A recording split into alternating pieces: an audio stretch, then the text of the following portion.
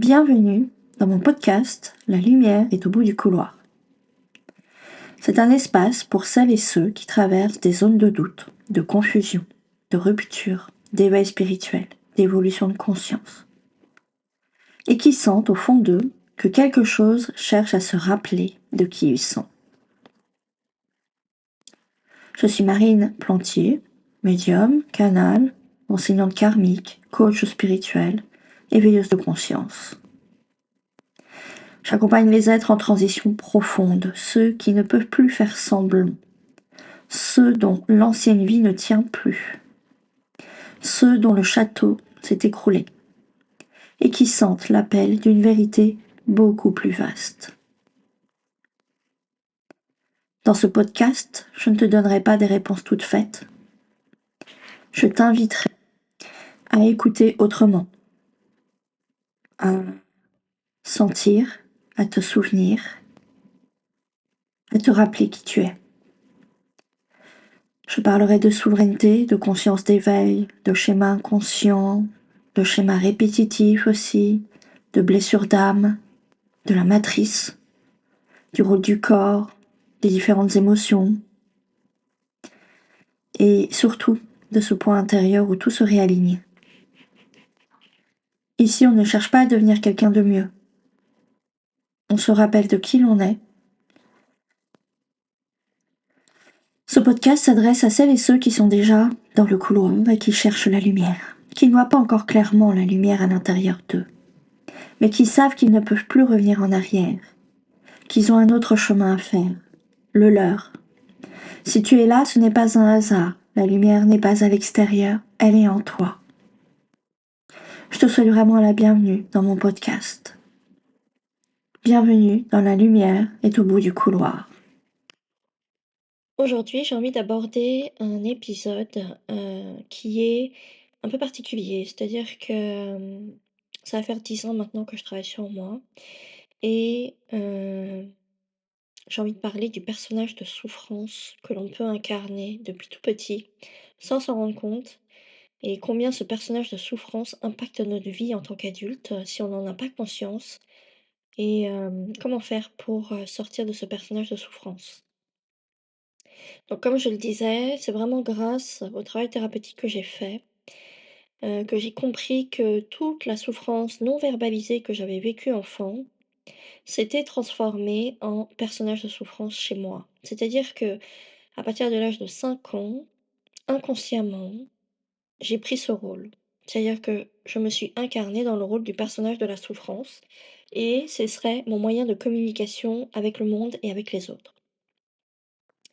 Je n'avais pas conscience combien je vivais qu'à travers la souffrance que j'avais vécue à l'âge de 5 ans, c'est-à-dire, d'être mis en adoption et d'avoir été enlevée de ma mère, biologique et adoptée après par une famille. Il n'y a que depuis quelques années que j'ai conscientisé cette identification à ce personnage de souffrance et combien il a mené ma vie pendant des années et des années. En fait, j'ai mis le doigt sur ce mode de fonctionnement parce que je voulais comprendre pourquoi je répétais indéfiniment les mêmes situations, les mêmes relations, les mêmes conflits, les mêmes émotions. Et j'avais aussi envie de comprendre pourquoi j'avais choisi inconsciemment ce personnage. Avec le recul, j'ai pris conscience combien j'étais endormie dans mon corps quand j'étais enfant et même ado et même jeune adulte. Comme si j'avais passé, je dirais, 20 ans en sidération, en complètement en décalage, comme si, j'avais fait de la dissociation et que mon corps n'avait voulu exprimer que ça, la souffrance. Avec le recul, j'ai pris conscience aussi, que pendant toutes ces années, je me suis mis, dans des situations, pourries, hein, et en fait, le réveil a été très brutal en 2012. J'ai eu le sentiment qu'on m'avait enlevé le voile que j'avais devant les yeux, c'est-à-dire comme si on m'enlevait un voile. Et en 2012, c'est aussi, pour moi, je pense, un premier réveil spirituel qui m'a permis de voir ce que je ne voyais pas avant, un certain nombre de choses. Et en fait, ma conscience, tout à coup, devenait beaucoup, beaucoup plus claire, beaucoup plus ouverte aussi sur des problématiques que je rencontrais dans ma vie. mais que je n'avais pas vu avant. Pour moi, c'est vraiment ça aussi l'éveil spirituel, c'est, souvent des voiles qu'on vous enlève et tout d'un coup, une réalité que vous n'aviez pas vue avant devient votre réalité. En fait, pour moi, je l'ai pris comme si j'avais reçu une grâce de Dieu et ça m'a mis, en fait, sur le chemin de la découverte de moi-même, de la compréhension de moi-même, de c'est quoi ce monde, qui je suis, c'est quoi mon mode de fonctionnement, comment je fais aussi pour sortir de ce mode de fonctionnement. Et en fait, c'est lors de formations que j'ai pu faire, que j'ai pris conscience que j'avais incarné ce personnage de souffrance depuis l'âge de 5 ans, comme je vous le disais, jusqu'à très tard dans l'âge adulte. Il a fallu que je devienne, ben, ça, ce premier moment en 2012, mais aussi, quand j'ai eu mon premier enfant après l'accouchement. Et j'ai complètement analysé que ce personnage de souffrance, la seule chose qu'il recherchait derrière, évidemment, était de l'amour, de l'attention, qu'on passe du temps avec lui, avec moi, et j'avais pas d'autres moyens de faire ça, j'avais pas un autre moyen de fonctionnement, je voyais pas d'autres moyens de fonctionnement. Mais je pense que inconsciemment, je répétais le mode de fonctionnement de ma propre mère biologique, qui est toujours dans ce mode de fonctionnement, par la souffrance. Et vraiment, c'était complètement inconscient chez moi. Je ne l'avais pas vu. Ce personnage de la souffrance que j'ai incarné, en fait, je me suis beaucoup mis en danger avec lui. J'ai fréquenté des personnes, peu recommandables, j'ai essayé plusieurs substances. En fait, ce que j'ai compris après, c'est que ce personnage de souffrance que j'avais, que j'incarnais, essayait de remplir le vide que je ressentais à l'intérieur de moi. Et je n'avais pas compris que c'était pas en allant chercher à l'extérieur, comment le combler, que ça m'apaiserait. Mais à l'époque, j'avais pas les outils que j'ai aujourd'hui. Donc, j'ai fait au mieux. Si je fais ce témoignage aujourd'hui, c'est aussi pour toutes les personnes qui ressentent qu'elles incarnent ce personnage de souffrance et qui savent pas comment s'en sortir et qui ont peut-être même pas conscience qu'elles jouent ce personnage de souffrance. Alors souvent, ce personnage de souffrance, il est aussi en position de victime. C'est un personnage qui perçoit l'extérieur comme un danger, perçoit les autres comme du danger, qui, n'a aucune considération pour lui, ne trouve pas sa place, n'est pas à sa place, n'ose pas dire les choses, se fait piétiner, se fait humilier, et c'est souvent lié à une éducation évidemment qu'il a reçue, hein, enfant. Ou alors il a recopié sur ses parents. Avec le recul que j'ai pris aujourd'hui, j'ai appris très rapidement quelles étaient, bah, mes limites. J'ai compris aussi, quels étaient mes besoins. J'ai appris à mieux me connaître et à mieux connaître les personnes qui étaient autour de moi. Et aujourd'hui, je vois la souffrance chez les autres tout de suite. Les émotions bloquées, les énergies bloquées, ce qui ne va pas en fait. En revanche, je n'avais pas compris à cette époque que je répondais comme un robot aux besoins de mon personnage de souffrance. C'est-à-dire que je venais alimenter ces besoins qui étaient des besoins de souffrance, de vide, de, heu, dégoût, de, mal-être, de, addiction, de non-dit aussi, de silence, de malveillance, qui étaient reliés évidemment à mes blessures d'enfant. Et ce personnage était vraiment, heu, inconscient pour moi. Il a fallu que j'aille le décortiquer pas à pas pour comprendre ses mécanismes, la manière dont il fonctionnait et comment, m'en sortir.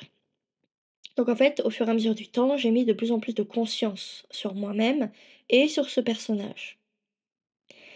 Et ce que je comprends, c'est que pourquoi j'ai incarné ce personnage de souffrance, c'est parce que j'avais personne autour de moi qui, un jour, a posé des mots pour me dire: «Ça va pas? Comment tu te sens Marine? De quoi tu as besoin?» Je n'avais pas eu l'occasion d'aller voir un psy ou un thérapeute.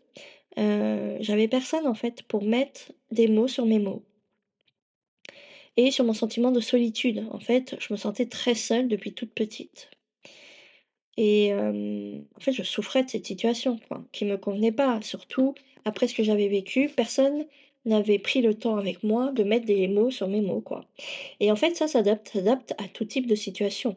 Heu, c'est vraiment lié au fait que lorsqu'enfant, on se sent seul, que l'exemple qu'on a d'une mère n'est pas une mère, qui a, développé son intelligence émotionnelle, qui, ne, se respecte pas non plus, qui ne sait pas gérer ses émotions, et qui, se «défoule sur vous» en fait, entre guillemets. Donc qui n'est pas capable de se gérer, je dirais et qui est pas dans dans la connaissance de soi. C'est vraiment, et ça peut être tout à fait un tuteur, ça peut être une figure d'attachement, c'est pas obligatoirement la mère, ça peut être un père, ça dépend qui vous avez en face de vous. Hem et c'est sûrement ce qui m'a beaucoup aidée, c'est que, en thérapie, j'ai pu le comprendre ça pour poser le pardon, mais aussi pour pouvoir avancer de nouveau dans ma vie et voir les choses différemment. Mais il faut du temps, en fait, pour comprendre tout ça et sortir de ce personnage, qui lui, est comme vous voyez, moi, c'est l'association que j'ai, c'est comme si on allait rechercher cette souffrance comme une addiction. Et en fait, il faut sortir de cette addiction de la souffrance. Et c'est vraiment, moi, ce que j'ai constaté, c'est que j'avais besoin qu'on reconnaisse qui j'étais et pas cette petite fille qu'on essayait de transformer et modeler à l'image qu'on voulait. En supprimant, mon histoire, en supprimant mes blessures, en supprimant mon passé, en supprimant ce que j'étais, en fait, hein. Hem et j'ai mis du temps, en fait, à comprendre et à voir que les stratégies que mon personnage avait mis en place pour se faire aimer, écouter, respecter, ne fonctionnaient pas sur mon entourage direct et souvent, il y avait même aucune réaction de l'autre côté. Donc en fait, moi, ça me mettait encore plus en souffrance et ça créait encore un plus gros gouffre à l'intérieur de moi, quoi. Je dirais que les seuls moments où j'avais du réconfort, c'est lorsque j'étais malade parce qu'on s'occupait de moi, mais vraiment malade, quoi, ou quand j'étais opérée. Mais aujourd'hui, avec du recul, j'ai compris que, hem, ma figure d'attachement, c'était son moyen de communication avec moi, de prendre soin de moi quand je suis malade. Mais en dehors de ça, s'il y avait de la souffrance intérieure, elle-même n'était pas capable de regarder sa souffrance intérieure. Donc comment vous voulez qu'elle regarde la mienne? Elle ne sait pas faire. Hem, En fait, ce personnage de souffrance vit vraiment à travers l'extérieur et a une vision des choses qui est complètement incorrecte en fait, parce que son prisme, c'est la souffrance. C'est, le monde va mal, le monde est mal, les gens sont méchants, le monde est méchant. Il y a vraiment, un vrai travail à faire de là, de changement de croyance et de changement, de ne plus aller nourrir ce personnage de souffrance, de ne plus aller l'écouter et peut-être aller rechercher à l'intérieur de soi un personnage qui est plus sain, quelque chose qui est plus sain. Ce qui m'a beaucoup aidée, c'est de passer de la victimisation à la responsabilité. Quand j'ai compris que c'est moi qui avais créé ce personnage, que c'est moi qui avais créé ces événements dans ma vie, que je vivais et que je répétais indéfiniment, déjà ça m'a fait un bien fou parce que je me suis dit, ok, ça, je suis capable de le changer. C'est-à-dire que je ne suis pas prisonnière de ce personnage. Et moi, je pense que lorsqu'on arrive ici en incarnation, enfant, petit bébé, on choisit un personnage qu'on va incarner pour répondre aux besoins du parent et pour que le parent nous prenne en considération et s'occupe de nous, évidemment. Mais tout ça, c'est complètement inconscient. Et en fait, après, ce personnage nous poursuit même à l'âge adulte. Parce que on n'a pas mis de conscience dessus, on n'a pas pris le temps de décortiquer, on n'a pas pris le temps de comprendre ce qui s'était joué à un certain moment de nos vies. Et en fait, on peut passer notre vie comme ça, à être dans des personnages qui ne sont pas nous, en fait. On n'est pas la souffrance, on n'est pas les victimes, on n'est pas des bourreaux. La seule chose qu'on est, c'est des êtres spirituels. Et en fait, on se colle après nous des étiquettes, des conditionnements, des croyances sur nous-mêmes.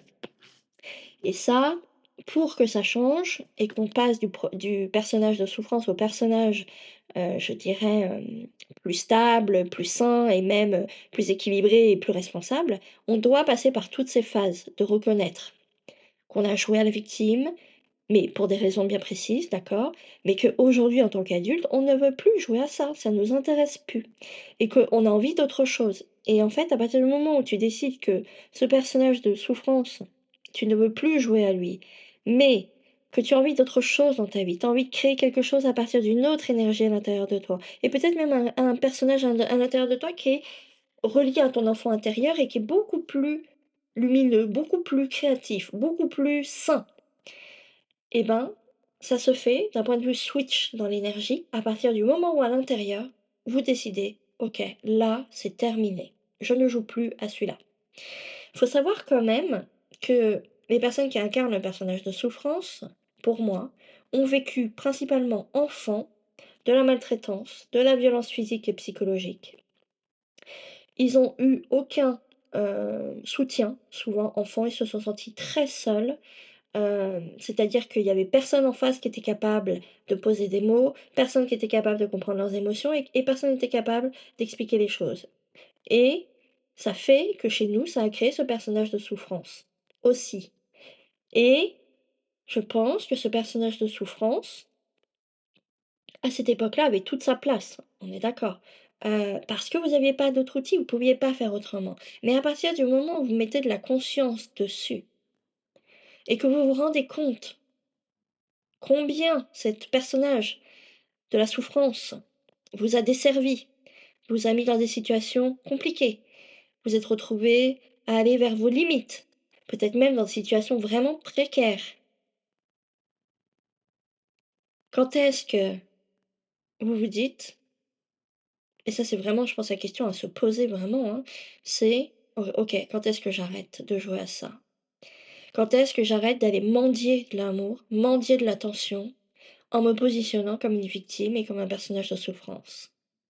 Parce qu'en fait, le problème en faisant ça, c'est que en face, vous allez attirer des personnes, en tout cas des compagnons, des amis, qui ne vont pas vous respecter, qui ne vont pas vous donner l'amour que vous recherchez, parce que vous êtes incapable vous-même de vous le donner. Donc ils vont continuer à vous donner des miettes, ils vont continuer à vous donner de l'humiliation, ils vont continuer à vous donner du déni, ils vont continuer à vous laisser seul en fait face à vous-même. Ça, c'est la réalité. Tant que vous n'avez pas décidé de vous choisir, mais vraiment vous choisir, c'est-à-dire de prendre cette décision intérieure, rien ne changera et vous serez bloqué dans ce personnage de souffrance. Vous avez un vrai travail à faire par rapport à ça et ça peut prendre quelques séances, si vous avez les bons déclics et assez rapidement, pour prendre conscience combien et dans quelle situation vous jouez encore ce personnage dans votre vie et qu'est-ce qu'il vous apporte. Parce que le truc, c'est que chaque personnage qu'on incarne dans la matière nous apporte un bénéfice. Donc là, pour moi, le personnage de souffrance, dans la plupart des cas, ce qu'il amène comme bénéfice, c'est qu'on peut dire que les autres sont coupables et que les autres, c'est de leur faute s'il vous arrive. Et donc en fait, ça vous empêche, enfin, ça vous permet de rester dans votre statut de victime et donc de ne pas reprendre votre responsabilité et créer votre vie. Et comme ça, moi je vais aller même plus loin d'un point de vue compréhension. Et ce que me disent aussi, m'ont dit les guides, c'est que en te positionnant comme ça, tu as l'impression que là-haut, quand tu reviendras, on ne pourra pas te punir à cause de la religion catholique et de leurs, croyances comme quoi, on serait puni. En fait, c'est totalement faux. Vous n'êtes pas là pour, subir, vous n'êtes pas là pour vous punir, vous n'êtes pas là pour vivre, des choses horribles, mais vous êtes là pour rayonner, pour ouvrir votre cœur, pour expérimenter à partir de l'âme, de cet espace-là et pas de l'espace de la souffrance. Et en fait, pour moi, il y a un vrai travail à faire au niveau du corps et au niveau de l'esprit, de comprendre combien depuis enfant, on a encaissé d'un point de vue souffrance au niveau du corps et combien notre corps ne fait que vibrer cette souffrance.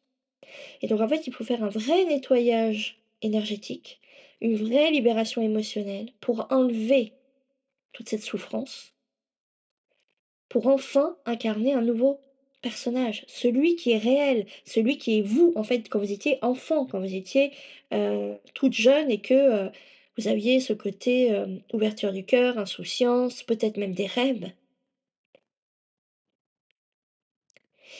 Donc vraiment, le personnage de souffrance est un personnage qui peut être perfide en plus, hein, parce que quand ça fait 30 ans que tu l'utilises, il vous connaît par cœur, il sait comment agir pour avoir ce qu'il veut. Et vraiment pour prendre de la distance par rapport à lui, il y a un exercice qui est très simple à faire, c'est être de plus en plus dans la présence de soi, dans la conscience de soi, et de le voir agir ce personnage. Et de te dire, ok, je choisis lequel moi. Je choisis d'agir à partir de quel espace à l'intérieur de moi? La souffrance ou l'amour? Évidemment que si tu choisis l'amour, il va y avoir des gros changements dans ta vie. Parce que c'est là où tu vas commencer un vrai chemin de guérison, d'apprendre à te respecter, d'apprendre à te connaître, d'apprendre à poser tes valeurs, à respecter tes valeurs aussi, mais aussi à poser tes limites. Ça, c'est déjà la première étape. Et puis ensuite, tu vas te mettre à rêver, à te dire, OK, qu'est-ce que j'ai envie de créer dans cette matrice? Moi, ce que j'aime bien et ce que je fais, c'est je me connecte à là-haut, je me connecte à Dieu, à Jésus même. Et ça fait 5 ans que je travaille avec lui, Jésus, pour faire mon chemin, pour travailler avec lui et retrouver ma lumière. Hem et en fait, à partir de là, je les laisse guider. Et ben, je peux vous dire que quand c'est eux qui guident, ça vient du cœur, obligatoirement. Ça ne vient plus de l'ego et ça ne vient plus de la souffrance. Sachez aussi, c'est intéressant de le savoir, que l'ego est le créateur de la souffrance et que l'ego se nourrit principalement de la souffrance à l'intérieur de vous. C'est comme une drogue pour lui. Et en fait, plus cette souffrance est grande, plus il est content.